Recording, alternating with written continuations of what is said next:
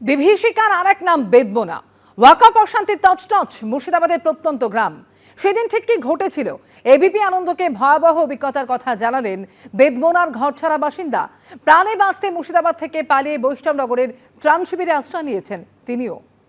আমাদের আপনার সূক্ষ্ম কারিগরি দিয়ে সাজানোর জন্য ধন্যবাদ। সূক্ষ্ম কারিগরির ধারা যা সোনাকে বানায় সেনকো। সেনকো, আনন্দের ধারা।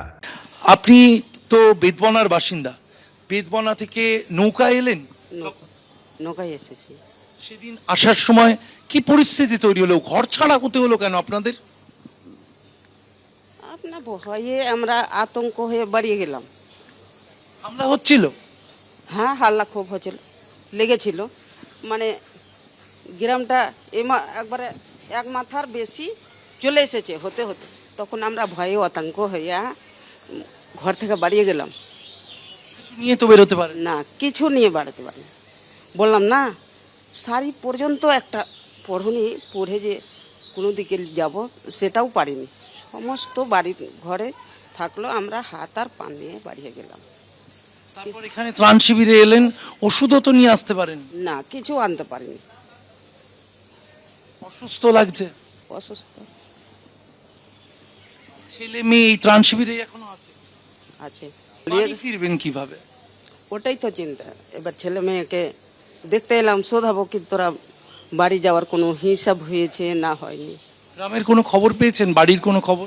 খবর পাইনি। অবাধে লুটপাট, আগুন, পুড়ে ছাই উচ্চ মাধ্যমিক পরীক্ষার্থীর বই থেকে সমস্ত নথি।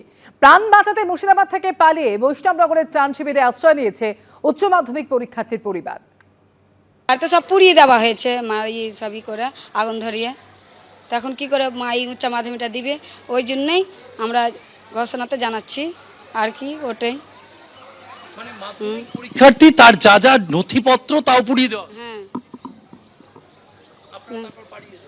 তো ওই তো পাড়া এই জীবন বাঁচাবার জন্য আমার তিনটা বাচ্চা গেলে চলেছে। আমার একটা বাচ্চা রয়ে গেল আমার শাশুড়ির কাছে।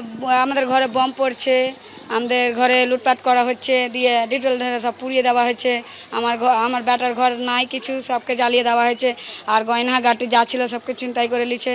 আর তো যা কাঁসার জিনিস যা ছিল সব লিয়ে পালিয়েছে, সোনা দানা আর দিয়ে আগুন ধরিয়ে চলে গেছে।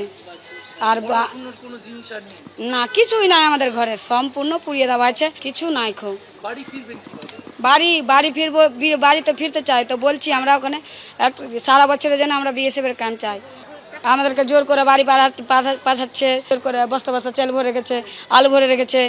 আর ওই তো থাল বাসন নিয়েছে, একটা তিরপাল দিয়েছে, ওটা নিয়ে আমাদের ঘর নিয়ে কি আমাদের শুকিয়ে যাবে? আমরা টাকাও চাই না, পয়সা চাই না, কিচ্ছু চাই না। আমরা খালি ওখানে সারা বছরের জন্য একটা ক্যাম্প চাই, আমরা ওখানে সুখী পরিবার চাই, আমরা ওখানে আর কিচ্ছু চাই না।